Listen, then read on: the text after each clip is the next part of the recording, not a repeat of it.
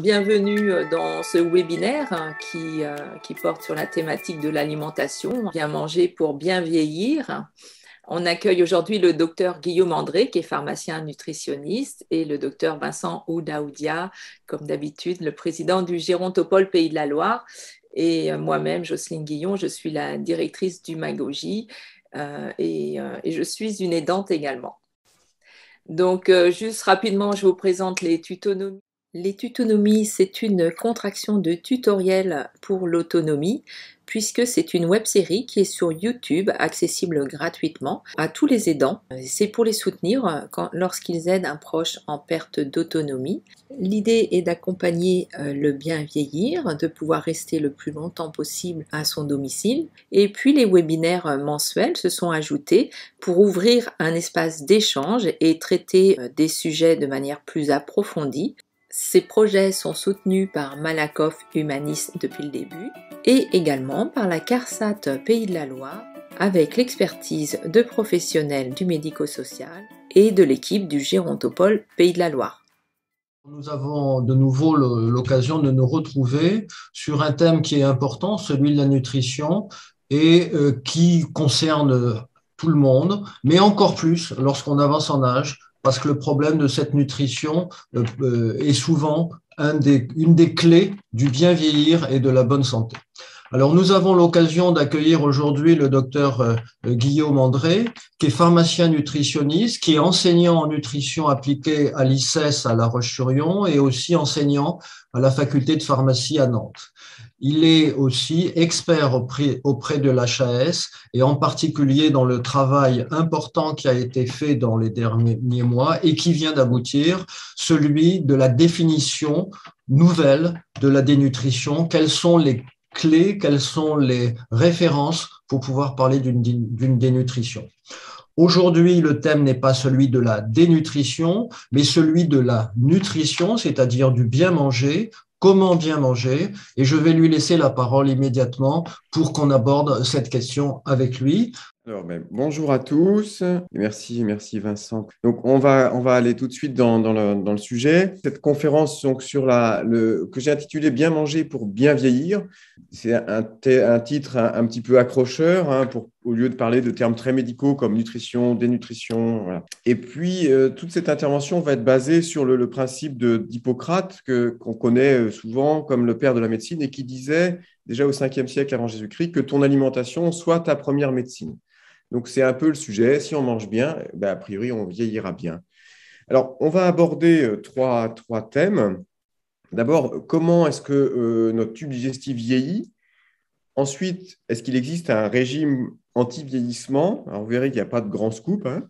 Et ensuite, est-ce qu'on doit modifier son alimentation plus on avance en âge? Et donc là, c'est là où on parlera vraiment de nutrition au sens propre. Alors, pourquoi on s'intéresse à la nutrition des seniors? Parce qu'il y a un élément de démographie incontestable. Et je prends juste une diapo sur ce sujet de démographie en prenant quelques chiffres sur les centenaires. Vous voyez, dans les années 50, 200 centenaires en France. En 2000, 8000. Et en 2018, j'ai pris l'année 2018 parce que ça tombe juste, ça fait le double, 16 000. Mais en réalité, ils devraient être bien plus nombreux, mais avec 100 ans plus tôt, c'était la Première Guerre mondiale, donc il y a eu beaucoup de naissances ou de décès en moins, de naissances en moins et de décès en plus.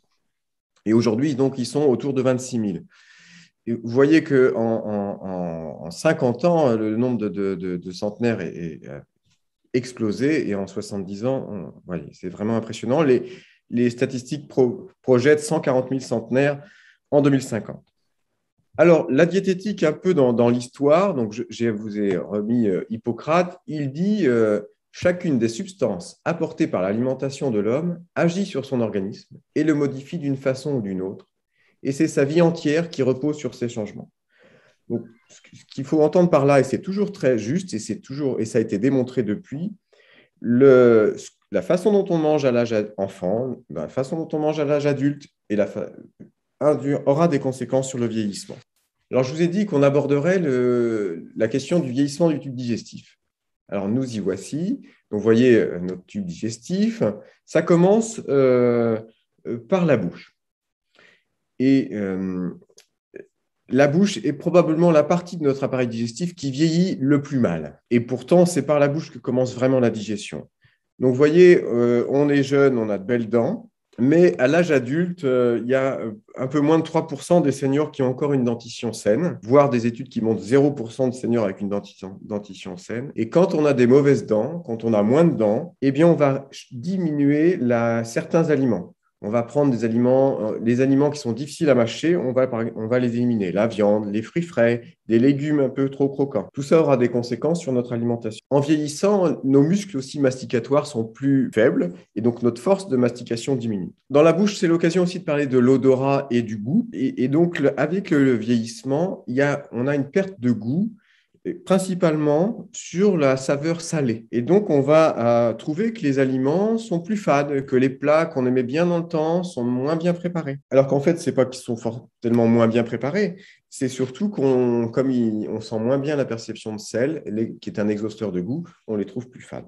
Et quand on a des aliments plus fades tous les jours, eh bien, on a moins d'appétit et on va perdre progressivement l'appétit. Si on a moins d'appétit, on mange moins. Et on verra que c'est un des soucis du vieillissement. Donc, après la bouche et l'odorat et le goût, un petit mot donc, sur l'estomac. L'estomac, il vieillit plutôt pas trop mal, mais par contre, il ralentit. Il ralentit, c'est-à-dire que sa vidange va être un peu plus lente et les aliments vont donc prendre un peu plus de temps dans l'estomac, ce qui veut dire qu'on va avoir une sensation de satiété qui va être plus rapide. C'est-à-dire qu'avant, on pouvait peut-être manger beaucoup et assez vite, rapidement. Notre estomac avait de la place, si on peut dire comme ça. On pouvait avoir un appétit d'ogre et finalement, là, on va plutôt avoir un appétit d'oiseau parce que notre estomac va être rempli plus facilement, va se vider moins vite et donc la sensation de satiété apparaît plus précocement. En gros, pour le dire plus simplement, on digère plus lentement avec l'avancée en âge. Donc, il va falloir prendre du temps pendant le repas et peut-être ne pas manger trop rapidement. Alors ensuite, l'intestin. L'intestin grêle, pas spécialement d'altération. Il continue à bien absorber les graisses, les glucides, tous nos éléments. Peut-être l'absorption de vitamine D diminue un petit peu. On aura peut-être l'occasion d'en reparler. Et puis, une chose qui est assez connue, c'est que certaines enzymes baissent un petit peu, en particulier la lactase. La lactase, qui est l'enzyme qui permet de digérer les laitages, par exemple, ou le lait. Et donc, c'est vrai que plus on avance en âge, plus on digère un peu moins bien le lait. Au niveau du rectum, le rectum grossit un peu et donc on est peut-être un peu plus sujet à la constipation. Voilà, en une petite diapositive, et en gros traits, on n'est pas là pour aller dans le détail de la physiologie du vieillissement, mais en gros traits, ce qu'il faut retenir sur le vieillissement du tube digestif, donc les problèmes dentaires, le problème d'estomac qui digère un peu plus lentement, une petite baisse de l'absorption de certaines vitamines, voilà, un petit peu de constipation. Voilà en gros le vieillissement sur le tube digestif. Alors, on ne peut pas parler du vieillissement sans parler du vieillissement musculaire. Et donc, je vous parle d'un mot savant qui s'appelle la sarcopénie. Alors, la sarcopénie, qu'est-ce que c'est? Donc, je vous montre ici une image d'IRM d'une cuisse à l'âge adulte. À l'âge adulte, voilà, on voit le point blanc du milieu, c'est le fémur. On voyait en noir les muscles autour et puis la peau et la couche graisseuse autour.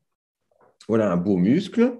Mais quand on vieillit, et si on prend la même personne à l'âge adulte, la circonférence, vous voyez, est à peu près la même, mais on voit que le muscle est de moins bonne qualité au sens où il y a des petits infiltrats blancs, des infiltrats de graisse. Et ça se traduit concrètement par une faiblesse musculaire, une perte de force musculaire.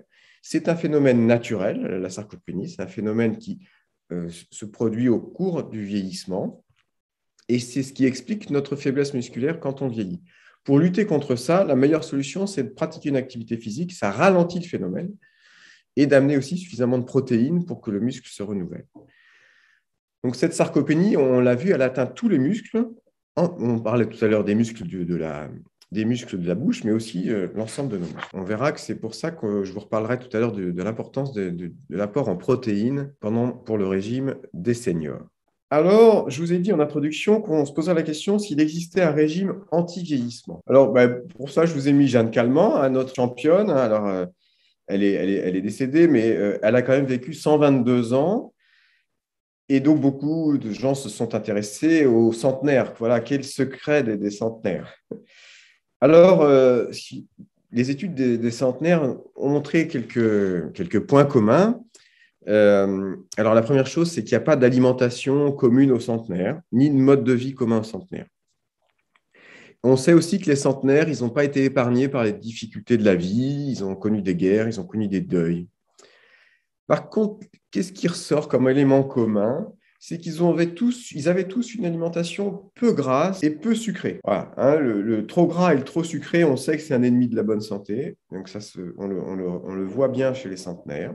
Ce sont des gens qui ont une grande capacité de résilience. Alors, c'est un mot qu'on connaît bien depuis le Covid, mais ce mot résilience, il veut dire qu'on a une aptitude à faire face aux problèmes. Et les centenaires font face plutôt avec positivité. C'est vrai, quand on voit dans les maisons de retraite, quand ils fêtent les 100 ans, que les centenaires sont souvent des gens plutôt qui ont une joie de vivre. Et puis, ce sont des gens qui ont une capacité à s'intéresser aux autres, et ce sont des gens qui ont eu toujours une petite activité physique, mais qu'ils n'ont pas fait sous la contrainte, qu'ils ont plutôt fait par plaisir. Alors, activité physique, ça peut être du jardinage ou tout ce qu'on veut. Je ne parle pas de sport. Donc voilà, donc les points communs, je vous le redis, une alimentation peu grasse, peu sucrée, une capacité à voir la vie du bon côté finalement, s'intéresser au monde extérieur, aux autres, et plutôt pratiquer une activité physique légère par plaisir. Alors, le sujet aujourd'hui, c'est quand même l'alimentation.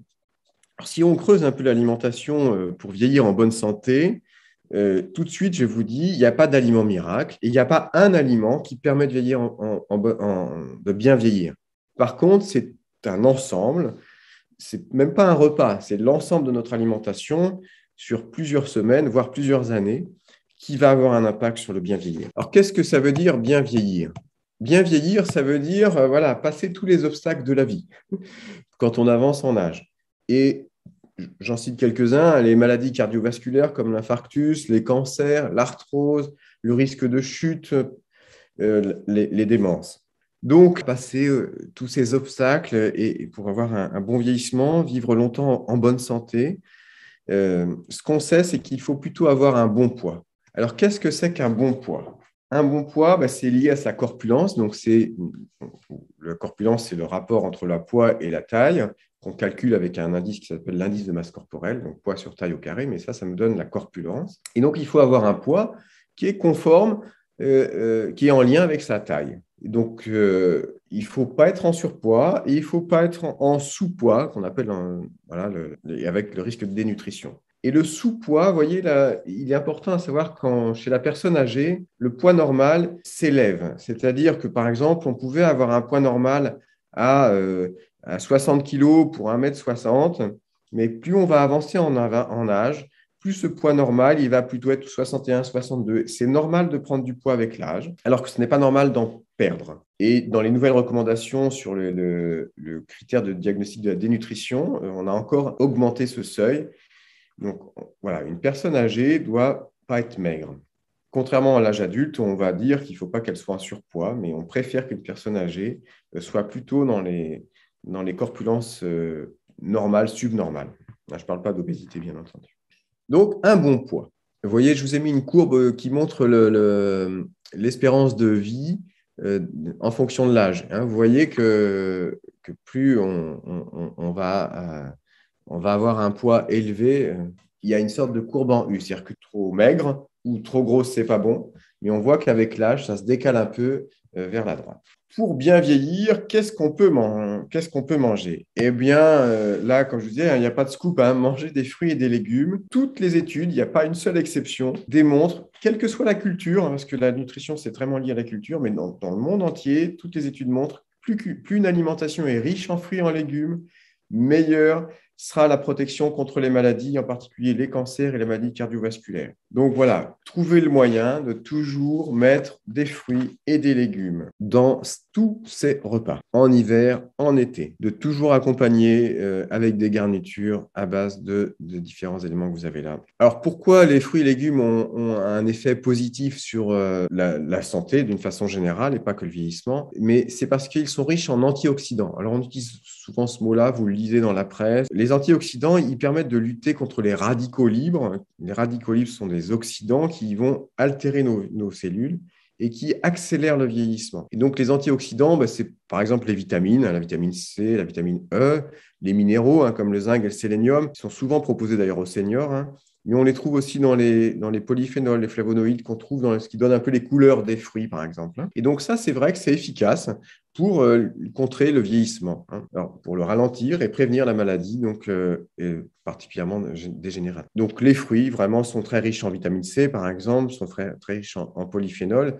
Plus vos fruits sont colorés, plus il y a d'antioxydants. Vous pouvez retenir ça. Pareil, les légumes colorés, les légumes verts sont aussi très riches en antioxydants. Alors, comment les consommer, ces fruits et légumes? Eh bien, on les consomme frais. Plus ils sont frais, plus ils ont leurs vitamines. Un petit aparté, les fruits et légumes qui ont été congelés immédiatement après la récolte conservent leurs vitamines. On les conserve à l'abri de la lumière et de l'air parce que la lumière est oxydante, hein, et donc va diminuer la quantité d'antioxydants des fruits et légumes. Quand on dit les conserver à l'abri de l'air, il y a de plus en plus de solutions, hein, pour conserver les aliments sous vide dans nos frigos, hein. Donc voilà, ça existe. Ce sont des bonnes solutions pour conserver plus longtemps les qualités nutritionnelles des fruits et des légumes. On évite de les peler quand c'est possible, hein, parce que les pelures sont aussi très riches en micronutriments. Donc pour ça, il faut choisir peut-être des fruits qui ne sont pas trop traités. Les cuissons à la vapeur aussi préservent mieux. Voilà. Ensuite, quand on lave les légumes, il ne faut pas les laisser tremper trop longtemps. Et si on doit les laisser tremper, c'est plutôt dans de l'eau salée, parce que si on les laisse tremper ou si on les fait cuire dans de l'eau non salée, eh bien, tous les minéraux vont aller dans l'eau salée qu'on jette, et donc ils vont perdre dans l'eau non salée. Donc, le fait de saler l'eau permet de conserver les minéraux dans le légume. Voilà des petits trucs sur les fruits et les légumes. Alors, on nous pose souvent la question sur l'ail. L'ail, on verra, on parlera d'huile d'olive tout à l'heure, mais l'ail et les vertus de l'ail. Alors, ce n'est pas inintéressant de s'intéresser aux vertus de l'ail. Moi, je suis vendéen. En Vendée, on mange du préfou, hein, c'est un pain à l'ail. Et donc, c'est une bonne idée, l'ail, finalement, parce que l'ail a prouvé ses effets protecteurs au niveau cardiovasculaire et aussi contre pas mal de choses, mais on va parler voilà, c'est au niveau cardiovasculaire. Il fluidifie le sang, il y a plein d'autres bonnes propriétés. Donc voilà, l'ail, c'est une bonne idée d'agrémenter vos plats avec de l'ail, plus on vieillit. Jeanne Calment, d'ailleurs, faisait beaucoup d'aïoli, elle était d'Arles. Bon, voilà, je ne sais pas si c'était son secret, mais l'ail, c'est un sujet qu'on ne peut pas passer sous silence quand on parle du vieillissement. Alors, on parlait aussi du gras. Je vous ai un tout petit peu parlé d'huile tout à l'heure, d'huile d'olive. Donc, pour bien vieillir, il faut manger du bon gras. Alors, je vous ai dit en introduction sur les centenaires, là, que les centenaires ne mangeaient pas trop gras, mais il faut quand même manger du gras. Et tant qu'à manger du gras, autant manger du bon gras. Donc, quand on parle de bon gras, c'est les fameux oméga, hein, oméga 3 et oméga 6 en particulier. Et donc, pour ça, c'est le gras qu'on trouve plutôt dans le gras liquide. Donc, le bon gras, c'est le gras liquide. Donc, les huiles en particulier, en choisissant bien son huile. Et l'huile d'olive est très riche en oméga 3, mais l'huile de colza, par exemple, elle a l'avantage d'être riche aussi en oméga 6 et d'avoir un bon rapport entre oméga 3 et oméga 6. C'est le cas aussi de l'huile de noix. Donc, voilà, n'hésitez pas à alterner les huiles et à prendre des huiles donc riches en oméga 3 et en oméga 6. Comme l'huile d'olive, l'huile de colza ou l'huile de noix. On trouve le bon gras aussi dans les poissons. Donc, dans les poissons, et en particulier les poissons dits gras, comme le saumon ou le maquereau ou la sardine. Donc, voilà, une bonne façon d'apporter à la fois des protéines et puis du bon gras, c'est le poisson. Les recommandations, c'est 2 fois par semaine. Un petit mot sur les laitages, puisque je vous ai dit qu'avec le vieillissement, on digérait moins bien les laitages, mais il y a des petites solutions quand même. On évitera le lait pur, mais il faut conserver du laitage, en particulier pour l'apport en calcium, parce que le calcium qui est apporté par les végétaux est moins bien absorbé que le calcium apporté par les laitages, pour plein de raisons. Et donc, sur les laitages, les yaourts sont une bonne solution parce qu'ils sont déjà un peu prédigérés. Les yaourts ont l'avantage d'être un laitage qui est plutôt facilement digeste pour la flore intestinale et qui est en plus intéressant pour la flore intestinale. Alors, l'inconvénient du yaourt, c'est on ne le mâche pas et que quand on mange trop de produits type yaourt, on ne mastique pas, on n'entretient pas notre force musculaire. Voilà. Et donc, voilà, se méfier des gens qui mangent vraiment d'ailleurs tout le temps, en particulier quand ils sont jeunes. On a une mâchoire qui est faite pour servir. Sur les fromages, si vous digérez mal le lait, préférez plutôt le fromage au lait de chèvre, qui sont aussi plus digestes parce que leurs acides gras, là, leurs graisses sont plus petites d'un point de vue moléculaire. Voilà pour les laitages. Pour les glucides, donc le pain. Alors, le pain, les glucides, on va parler aussi en même temps des fibres. Alors, le pain, il y a eu une mode où il ne fallait pas manger de pain, donc ça, c'est terminé. Il faut manger du pain, c'est important de manger du pain. Plutôt du pain pas blanc, plutôt du pain complet, qui a l'avantage d'être riche en fibres, de se digérer tranquillement, lentement, et qui apporte vraiment énormément de choses. L'avantage d'avoir des fibres, c'est que ça va réguler notre transit, ça va favoriser une bonne flore intestinale.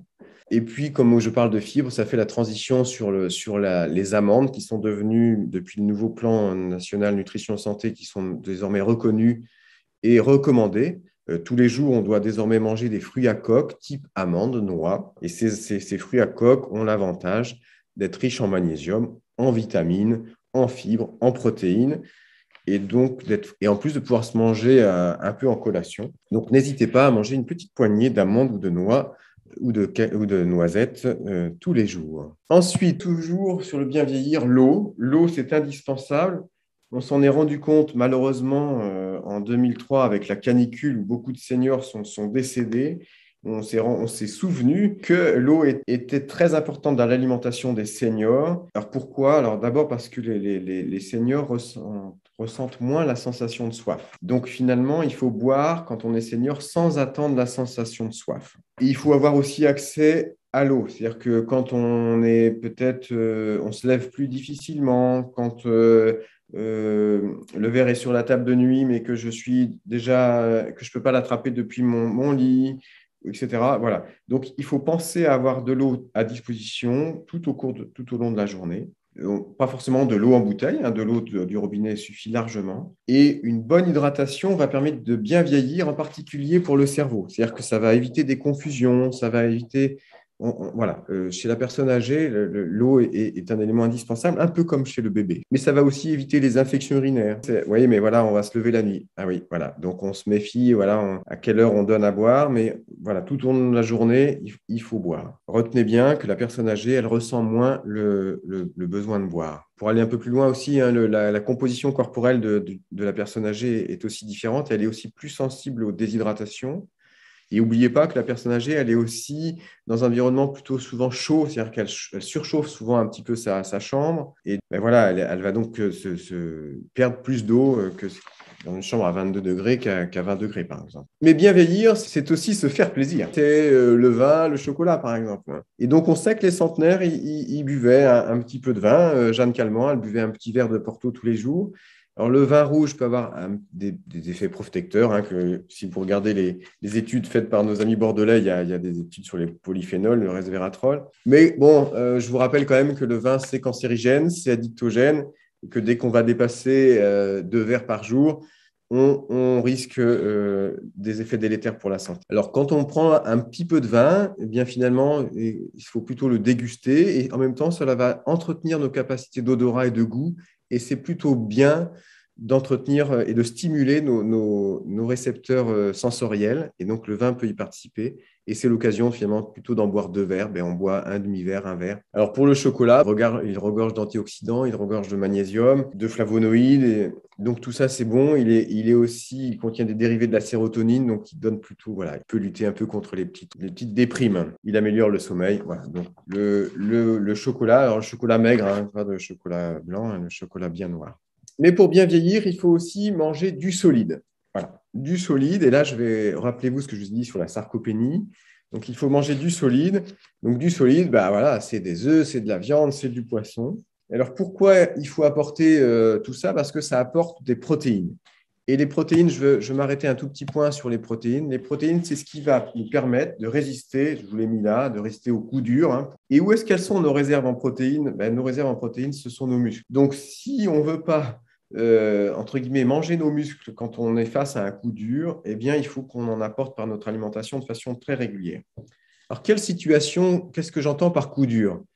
N'importe quelle inflammation.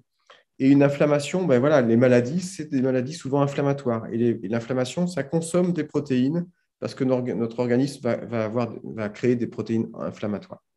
Quand on a une infection, on a souvent une inflammation associée, mais on a aussi besoin de fabriquer des anticorps. Et pour fabriquer des anticorps, on a besoin d'acides aminés. Les acides aminés, c'est les constituants des protéines. Quand on a une intervention chirurgicale, une prothèse de hanche, des choses courantes chez la personne âgée qui arrivent fréquemment, eh bien, il va falloir réparer les tissus et tout ça, ça va consommer de la protéine. D'où l'importance d'apporter vraiment en quantité régulière et importante des protéines dans notre alimentation pour pas que notre organisme aille puiser dans ses réserves qui sont nos muscles. Et on a vu déjà que nos muscles étaient déjà plus faibles quand on avance en âge. Et donc, le risque d'avoir pas assez de protéines, c'est un risque de dénutrition. Et la dénutrition, c'est une vraie spirale de l'enfer, une vraie spirale négative et qui nous amène à beaucoup de troubles. En premier lieu, évidemment, l'amaigrissement, la fatigue, mais très rapidement, lorsqu'on ne mange pas assez de protéines, lorsqu'on ne mange pas assez tout court, eh bien, on va avoir un déficit immunitaire. Donc, on va être plus sujet à des infections. On va avoir des troubles du moral, on va risquer de chuter parce que nos muscles vont être plus faibles. Et vous voyez que si on attend, plus ça va, plus c'est difficile de remonter. Et donc tout ça, ça veut dire qu'on va se retrouver hospitalisé plus fréquemment, que les hospitalisations vont durer plus longtemps, qu'on va avoir du mal à se remettre de chaque événement, chaque coup dur. Voilà. Alors évidemment, bien vieillir, c'est bien manger, mais pas que. Le nutritionniste, il ne s'occupe pas que de l'alimentation, il s'occupe plus largement de l'art de vie, parce que dieta en grec, ça veut dire le mot diététique, finalement ça veut dire art de vie et non pas régime. On pense souvent diététique, régime, mais non, c'est plutôt un art de vie. Et donc dans l'art de vie, il y a aussi l'activité physique. Je vous ai mis par exemple la marche nordique, la marche avec des bâtons. Et donc ça, on sait que ça va stimuler la solidité de nos os, ça va stimuler la puissance de nos muscles. Et donc, il n'y a pas d'âge pour débuter, il n'y a pas d'âge non plus pour arrêter. Donc voilà, en gros, jusqu'à la fin de notre vie, il faut essayer de maintenir une activité physique adaptée évidemment à nos capacités. Ça va prévenir le risque de chute, ça va prévenir nos risques de maladies cardiovasculaires. Il faut aussi entretenir ses neurones. Voilà, il faut jouer, il faut entretenir ses relations sociales. Quand on parlait de Jeanne Calment qui s'intéressait aux autres, voilà, tout ça, c'est des choses qui sont positives pour le vieillissement. Et puis, donc, il faut avoir une très bonne hygiène dentaire et pas attendre d'avoir perdu toutes ses dents avant d'aller voir le dentiste. Et avec l'âge, notre gencive se modifie. Donc, quand on n'arrive plus à mettre bien son dentier, il faut aller revoir son dentiste. Et quand je vous disais qu'il n'y avait pas d'âge pour faire de l'activité physique, vous voyez que là, il y a un Américain qui a 77 ans est remonté dans l'espace là, en 98. Donc, voilà. Et puis, Vandened, un coureur du Vendée Globe là, que nous, on apprécie beaucoup en Vendée, qui en 2018 a fait son 6e tour du Tour du Monde. Il avait 73 ans. Voilà, incroyable. Donc, il n'y a pas d'âge et ça donne envie de vieillir comme ça. Alors, je termine en tordant le cou à quelques idées reçues et en donnant quelques consignes. Dans l'alimentation de la personne âgée, il y a beaucoup d'idées reçues. La première, c'est pas parce qu'on vieillit qu'on doit manger moins. Et il n'est pas normal de perdre du poids quand on vieillit. Et ça, il faut vraiment l'avoir très bien en tête. Et on l'entend tellement souvent quand on est aidant ou quand on est en contact avec des personnes âgées qui nous disent « Ah non, mais moi, le soir, je mange plus rien. De toute façon, je suis tout seul. J'ai pas besoin, je fais pas beaucoup d'activités. J'ai pas besoin de manger. » Non.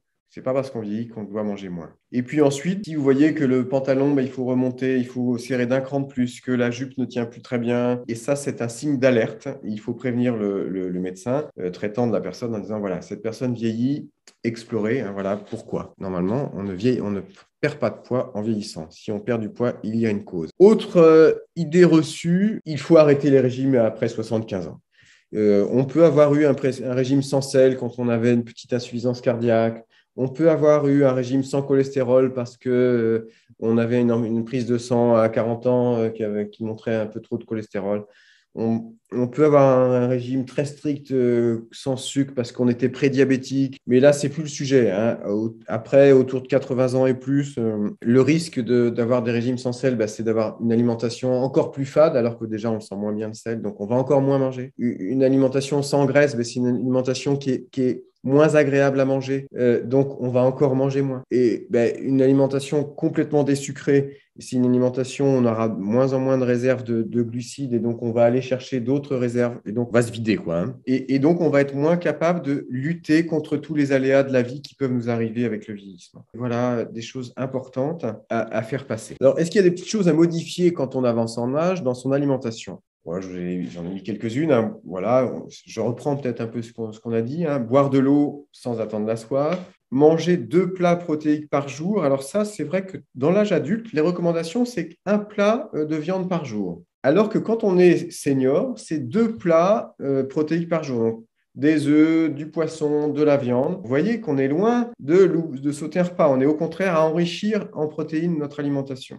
Donc, il faut trouver des solutions pour que les personnes âgées mangent 2 fois par jour des aliments protéiques. Manger un produit laitier supplémentaire, c'est vrai que dans les nouvelles recommandations, on a diminué la part de laitage chez les adultes, hein, moins de 70 ans, alors que chez les seniors, on continue à maintenir des laitages. Je vous en ai parlé tout à l'heure, des laitages faciles à digérer, les yaourts, le fromage de chèvre, par exemple. Ensuite, comme on va moins manger d'un coup, parce que je vous ai dit tout à l'heure que notre estomac était plus lent, donc la sensation de satiété était plus vite arriver, eh bien, c'est une bonne idée d'ajouter des collations. Donc, les collations, c'est par exemple un petit goûter. Alors, si on prend un goûter à 17h, il ne faut pas manger à 18h parce qu'on n'aura pas faim à 18h. Donc, il faut au moins 2h30 entre le goûter et le repas, hein. Donc, il faut se méfier en EHPAD à quelle heure on met le goûter parce que si le repas est très tôt. Et si le goûter, c'est compliqué de le placer, mais le goûter, pourtant, c'est une bonne idée. C'est une façon, on peut faire de l'intergénérationnel aussi, c'est un bon endroit. Il y a aussi ce qu'on appelait dans le temps le souper, mais en gros, c'est la collation. Si on a pris son dîner à 18h30, 19h, on peut prendre une collation à 21h. Ça coupe le jeûne nocturne et puis ça apporte un repas supplémentaire. C'est une bonne façon. Et puis, qu'est-ce qu'il faut modifier quand on avance en âge? C'est peut-être le temps. Et de savoir prendre son temps. Et ça, c'est important à dire aux enfants. C'est-à-dire, quand on va aller manger chez ses enfants, il faut que les enfants sachent, quand on va aller au restaurant, que ça va prendre un peu plus de temps quand on aura un senior avec nous et que c'est normal et qu'il ne faut pas le presser, qu'il ne faut pas le stresser parce que sinon, il ne voudra pas remanger. Et on sait que la convivialité est une façon aussi d'augmenter la ration alimentaire des seniors.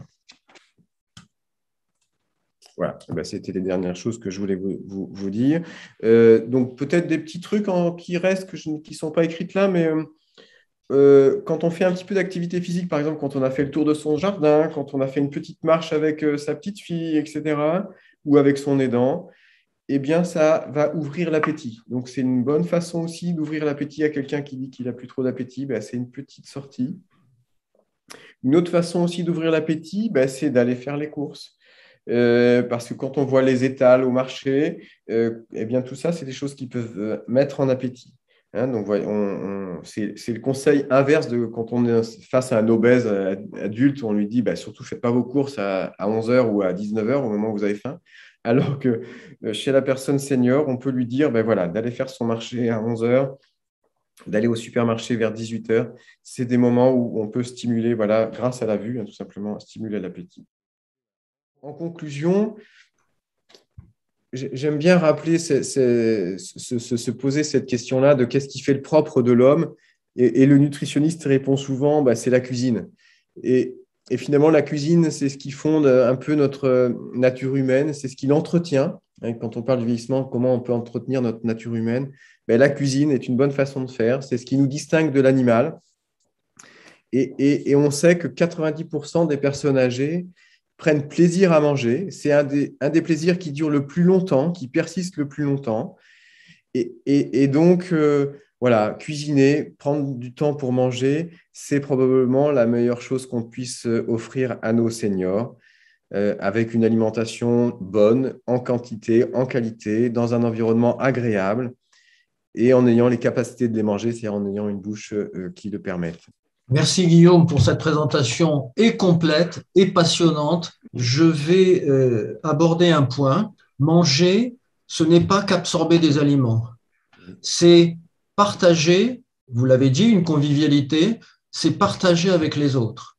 Je rappelle le père de la nutrition, qui était le professeur Jean Trémolière dans les années 60, qui a écrit un livre de nutrition qui s'appelait Partager le pain, dans lequel il disait ce qui est plus important que ce que l'on mange, c'est avec qui on le mange. Peut-être le temps de remercier Guillaume pour son intervention, pour la clarté de ses propos, remercier Madame Guillon, l'organisatrice de ce webinaire qui nous a permis d'échanger sur un sujet qui est extrêmement important. Oui, donc merci beaucoup, merci pour ces échanges.